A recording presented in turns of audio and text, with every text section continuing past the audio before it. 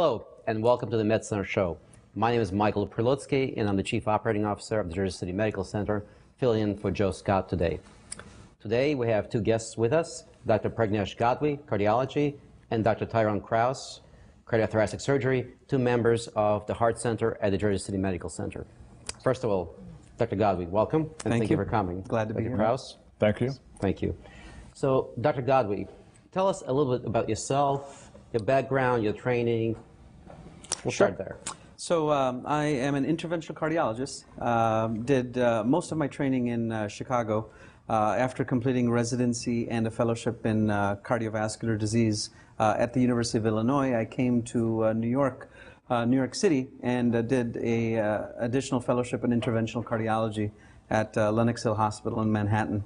Since then, I worked for a few years, and beginning of 2007, moved to New Jersey, the Garden State, and established my practice, and I've been here for the past 10, 12 years. That's great. So you trained in Chicago and New York, but came to practice in Jersey City. Exactly. What made that decision for you? Well, interesting question. I think when I was practicing in New York, there were quite a few patients that were coming from New Jersey to seek advice and consultations. And there's a growing need for advanced therapeutics. And when I found that Jersey City Medical Center offered these same modalities where I can treat these patients, I chose to establish my practice here, where the tools that we have are very capable of treating these patients without patients having to come across to the city. That's great. So, Dr. Krause, yes. Welcome and thank you as well. Thank you. Same question to you, really. Tell us a bit about yourself and how you came to be in Jersey City. Yeah, well, I'm born and raised in New York and went through all New York schools, NYU undergrad. Ultimately did my cardiothoracic surgery at Cornell in New York. When I graduated from there 25 years ago, I took my first job in New Brunswick in New Jersey, and I've been in New Jersey ever since.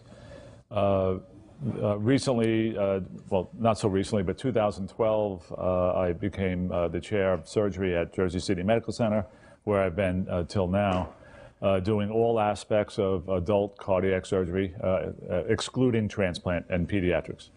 So it comprises valve surgery, minimally invasive valve surgery, coronary artery bypass, complex bypass cases, aneurysm surgery, and different aspects of valve surgery that are what we say now is minimally invasive, which is very small incisions for valves. But we also, as Dr. Gadhvi will talk to you about, we cover the whole spectrum of heart surgery, from diagnostic to the treatment, and from simple to the complex. And so cardiac surgery, it's a wow thing, right? It's something you hear at parties, you know, cardiac surgery, neurosurgery. So what made you want to become a cardiothoracic surgeon? Well, I don't know if anyone wants to do it before they really understand what it's about. I think for me, I knew I wanted to be a surgeon when I did my residency at Robert Wood Johnson. I spent 6 years there.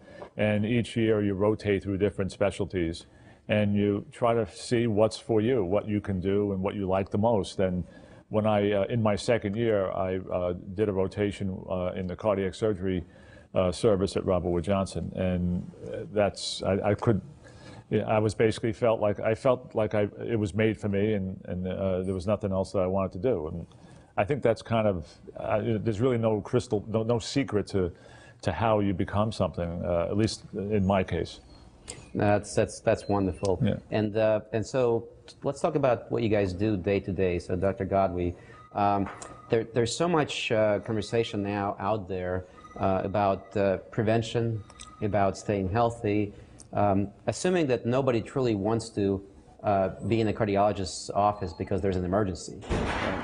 What are the risk factors, and how do we try to stay healthy from a heart and vascular perspective? Sure. Well, one of the things that we know is that coronary artery disease, or problems of the heart, is the #1 killer, not only in the United States but abroad.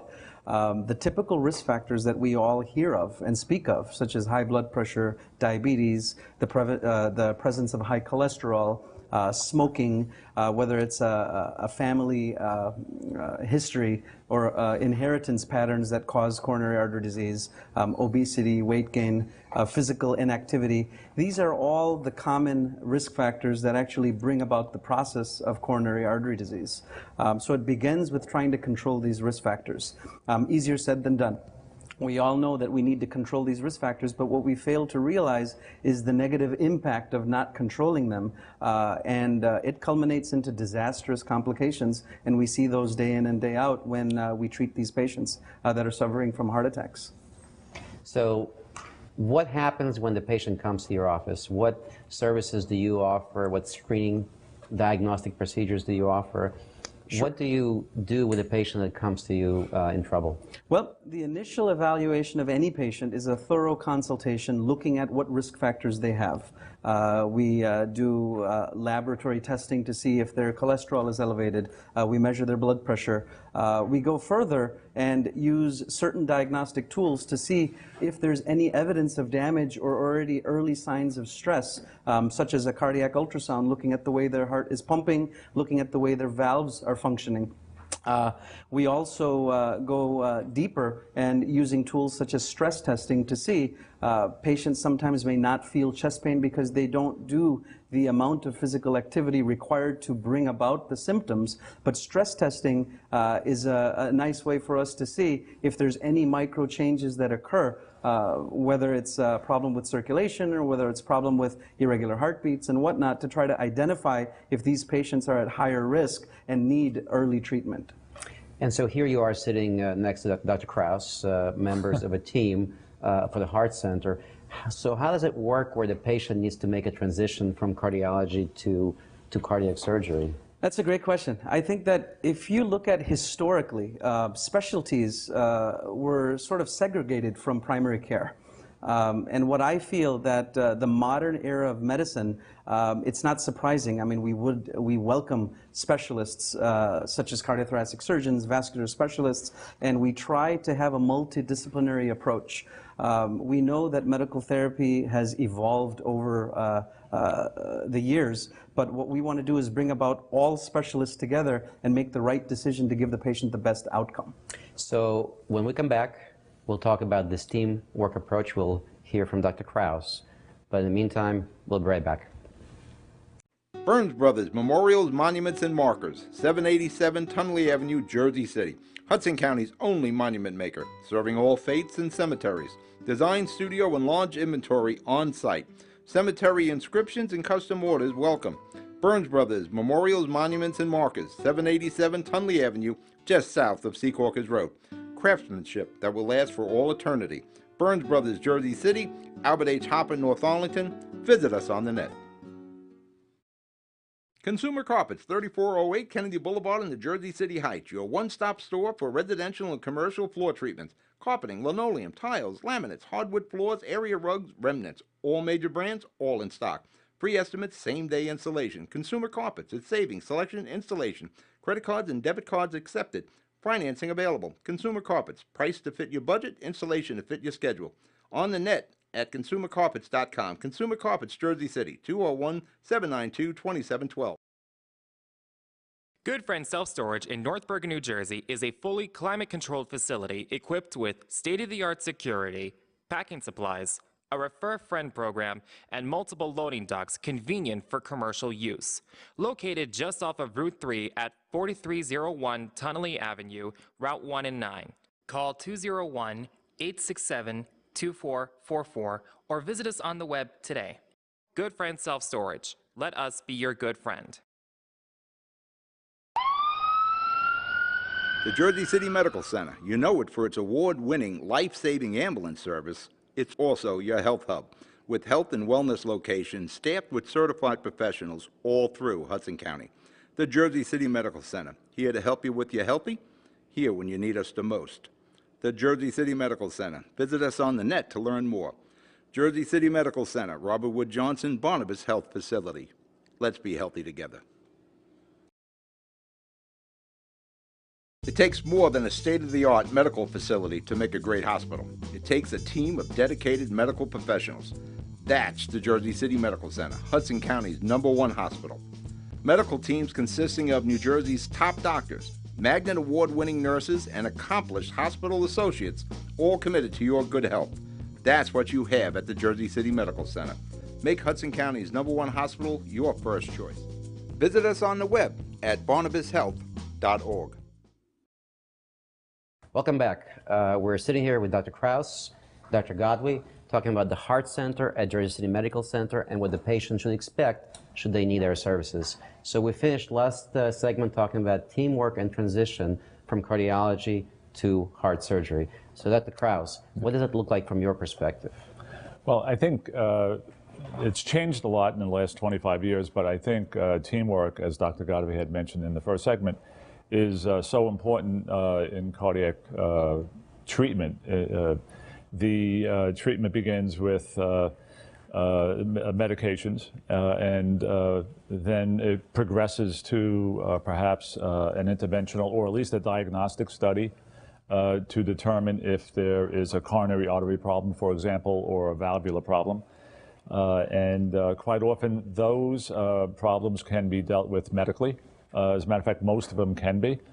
And then ultimately, and Dr. Gadhvi will talk about this, about the interventional part of fixing particular valvular problems or fixing particular coronary problems. But we especially work close when he comes across a problem that he can't fix. And that's when he'll give the cardiac surgeon a call. And we'll get involved with perhaps discussing, or we have our meetings where we have joint effort put in by either the cardiologists, other ancillary care personnel, myself included, where we'll discuss the pros and cons, the risks and benefits to the patient. We include the patient in the decision. Some patients will not want surgery at all costs, and we have to deal with that. But we have a comprehensive center at Jersey City Medical Center. We have excellent nursing with the Magnet Award as long as I've been there, and Leapfrog. So I think all aspects of care at Jersey City is taken care of. So as you mentioned, heart surgery, or certainly heart care, is a team sport. It takes cardiology, it takes cardiac surgery, but as you mentioned, it also takes nursing. And yes, we do have a magnet status at the Jersey City Medical Center. It takes quality, safety, and training. And we have a rating from Leapfrog at the Jersey City Medical Center for the last 12 rating periods. Right. I think under 60 hospitals in the country out of 3,000 can say that. So certainly, what do you tell your patients when they come to see you and now their life literally is in your hands? How do you make them at ease? How do you prepare them for surgery? Well, you know, one of the biggest things that is on their mind, not so much, well, certainly the technical ability of the surgeons. They always check everyone out online, and it's easily done. We have a report card, which is put out every year with all of our data on the report card. So, and we have an excellent record. The surgeons at Jersey City. But also they want to know about what you just mentioned, the ancillary care, the aftercare, because you could do a perfect operation and you want things to go well post-operatively. And what's included in the comprehensive care is the cardiologist seeing the patient every day, multiple times a day, the nursing who are specialized in open heart exclusively, intensive care. So the nurses, I'm sorry to interrupt, are specially trained for open heart surgery. Correct. And work in a special unit in the hospital that takes care only of open heart patients. Right. There's a designated area with designated nurses that just do that. And it's a whole team from anesthesia who are fellowship trained in cardiac surgery. We have 4 members that only work with us in cardiac surgery. And the nursing in the operating room also are specially trained for open heart. So when we say comprehensive, right from even to the rehab, the disposition of a patient after surgery.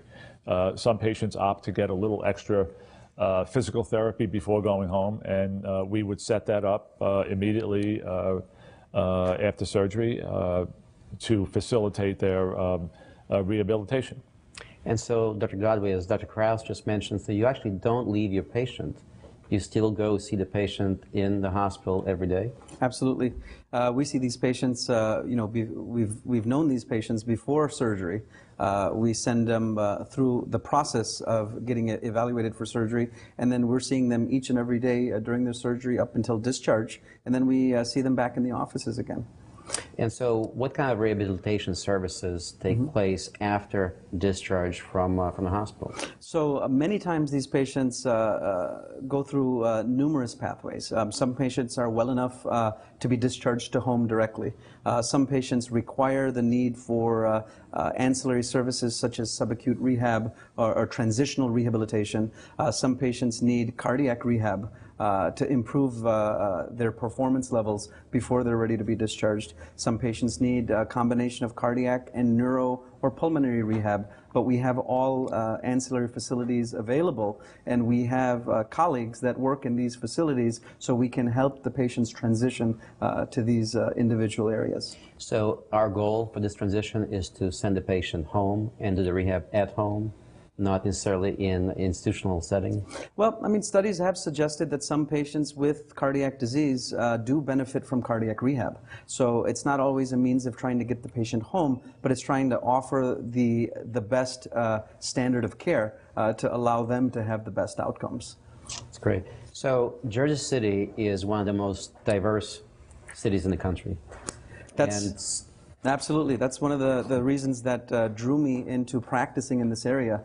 We have a very, very diverse ethnic population. And as I talked about in my first segment, risk factors for coronary artery disease, what we're seeing is that over time, the number of acute heart attacks, and what I mean by heart attacks that completely block the artery, we're doing well with reducing those, but we've started to pick up on other minor or secondary heart attacks, which be it because of advanced technique, advanced diagnosis, early point-of-care testing that we have at the medical center. But at the same time, what we're seeing is that there are individual populations that have intrinsic risks that are above and beyond these traditional risk factors. And that is what Jersey City is about. So recognizing the cultural variances is very important. And I think that our colleagues here are well trained, and we communicate well enough and educate ourselves in recognizing what we need to do for these individual populations. And Dr. Krause, how does it affect your practice, these cultural differences? It doesn't, because we have so much help at the hospital, whether it be interpreters, cultural interpreters, all sorts of different ways of dealing with these cultural differences. And they've had so much experience with it at Jersey City Medical Center. It's not something that's a new phenomenon. They've had decades of experience with it.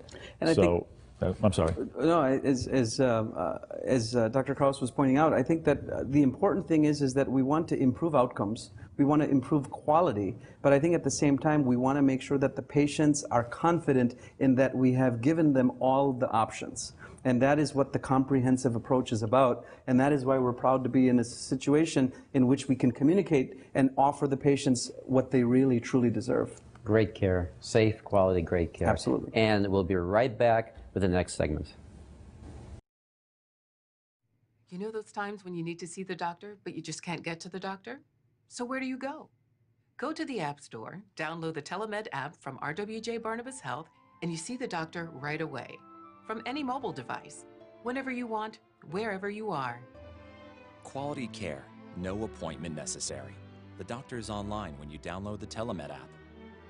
Don't you feel better already? RWJ Barnabas Health. Let's be healthy together. Newport, the luxury waterfront community on the Hudson River, offers the quality of life you deserve in 10 high-rise rental towers with amenities such as the on-site Newport Path subway, light rail and ferry service, Newport Town Square, 3 playgrounds, dog run, upscale restaurants, retail giants like Sears, JCPenney, Macy's, and Target. Morton Williams Supermarket is just outside your front door. A health and fitness club, spa, skating rink, and medical facilities are also on site. NewportNJ.com. Enjoy the New York skyline from Newport Town Square. Manhattan is just one path stop away or quick ride through the Holland Tunnel. Nursery and private elementary schools all on site. 12-screen movie theater at the Newport Center Mall. Want to visit Newport? Stay at the Westin or Marriott Hotel. Go to newportng.com for details. Newport has luxurious towers, great restaurants, shopping, New York skyline views, schools, playgrounds, a marina and yacht club, gym, spa, fine wine, fine living. It's incredible. It's you. newportng.com. Newport, live like you want. Pinto Properties, Jersey City. Shaping the workplace with state-of-the-art office spaces that address your company desires. Building residences that define your home environment, adjacent to all modes of transportation with on-site parking available. The right address, the right lease. Call 201-521-9000 or visit online at panapintoproperties.com. Pinto Properties, building Jersey City for everyone. And welcome back. We are here again with Dr. Krause, Dr. Gadhvi, members of the Heart Center at the Jersey City Medical Center. We'll talk now about some high-end procedures that are available at the center and what the future holds for heart and vascular disease. So, Dr. Gadhvi, let's start with you. So, the Jersey City Medical Center is currently replacing one of its cath labs. Mm-hmm. That's a multi-million-dollar investment in the future of care at the Heart Center. Mm-hmm. Talk to us a little bit about what happens in the cath lab and what future holds there. Sure. Well, we've come a long way. In the past 50 years, the first angioplasty, which is the balloon, using a balloon to open up the artery, occurred back in 1977. In Kansas City? Or? Well, it was done simultaneously. The first one was done at Lenox Hill, where I trained. Yeah. The other one was in San Francisco in St. Mary's. But since then, 50 years later, we are at the forefront of continued innovation. In our cath lab in particular, we have our fourth generation of stents, the drug-coated stents, which is the fourth generation, which are thinner. And I'm sorry to interrupt, and the stent is? So the first angioplasty was done in 1977, and since then, a simple balloon to open up the artery, we felt and we knew from data and outcomes that wasn't enough. So then they made a metal stent, which is actually a metal spring-like device that we insert into the arteries to keep that artery open. Since then, we realized that that was not enough. So we went with a special drug coating on the stents to prevent that artery from developing an inflammatory response. So since the first drug-eluting stent, now we have fourth-generation stents that are thinner, easier to deliver, and allowing us to do more and more complex cases where we see the gray zone between which will require surgery and which will require angiographic procedures and intervention. We use intravascular ultrasound, which is not just ultrasound of the heart, but we can go in with angioscopes and actually image the inside of the artery to determine the composition of plaque. We have special tools that we use to measure the pressure differences between arteries and between blockages in the arteries. And why is that important to? It's very important because it allows us to see that if there is a lesion that needs to be truly treated or not, this can kind of help us differentiate which patients and select the patients that actually will benefit from a stent rather than putting in a stent just blindly when you see these lesions. And many of these arteries that have negative FFR can often be treated with medications and avoid stents. Negative FFR for our audience? FFR would be the pressure. If the pressure difference is not significant, then a stent may not be required. And is there a fifth, sixth generation stent? They're coming. They're coming. I think we now recently have started to see smaller and smaller stents, which in the past we were not able to treat certain arteries because of the small size. The minimum stent was as much as 2.25 millimeters. Now we're seeing stents coming out in the near future to be 2 millimeters in length. And I'm reading, and I'm reading some stents will dissolve? Absolutely. What we would like to see is that rather than leaving foreign body inside the artery, we want to see if we can actually open up that artery for a period of time, treat with the special material, and then have that stent resorb itself. So the bioabsorbable stents have shown promise, and they're coming. There are certain areas where we need to treat the artery, but they have side branches that we don't want to pinch or close. And bifurcation stents are also in the upcoming future, which are actually being used as we speak. And these will allow us to treat more and more complex vessels. And all this is and will be available at the Jersey City Medical Center? Majority of it is already available at Medical Center, and the new devices are soon to be coming within the next few years. That's wonderful. So, Dr. Krause, Yes. what's coming up for cardiac surgery? Right now, I see some patients when I round that have large openings in their chests. They're sitting there with their red pillows. Yeah. What's the future holding? Well, I think just to repeat, we do all aspects of heart surgery. So we do coronary bypass, we do complex coronary bypass, but we also do off pump. Many of our patients ask about that. And when you say off pump, can you explain that a little bit? Yes, off pump is ordinarily the heart-lung machine is what we use to do the bypass to keep the heart still and bloodless. And we've developed techniques over the last 20 years to selected patients not go on bypass to minimize some of the inflammatory effects, some of the complications related to the heart-lung machine. So that's so we offer the off pump.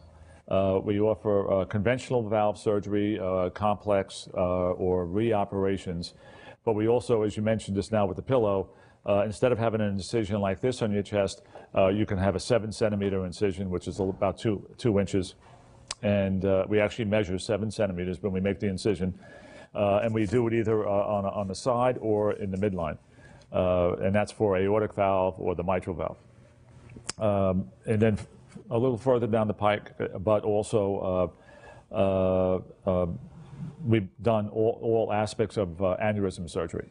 So if you have a complex or even just a simple aneurysm, an aneurysm again is a dilatation of the main artery of the aorta. It's expansion of the artery. It's an expansion of it, and once it reaches a certain size, it could spontaneously rupture. So if you have an aneurysm, we have a comprehensive clinic that could evaluate any aneurysm. And we follow you periodically. And then last, we have a TAVR clinic. As you probably heard about the percutaneous valve placement, we don't do the valve placement ourselves just yet, but we do it at another institution. But we have a screening program so that we could selectively look at any patient and decide whether they need. And TAVR stands for, again, this is for It's a audience. transcutaneous aortic valve replacement. So TAVR, transcutaneous aortic valve replacement.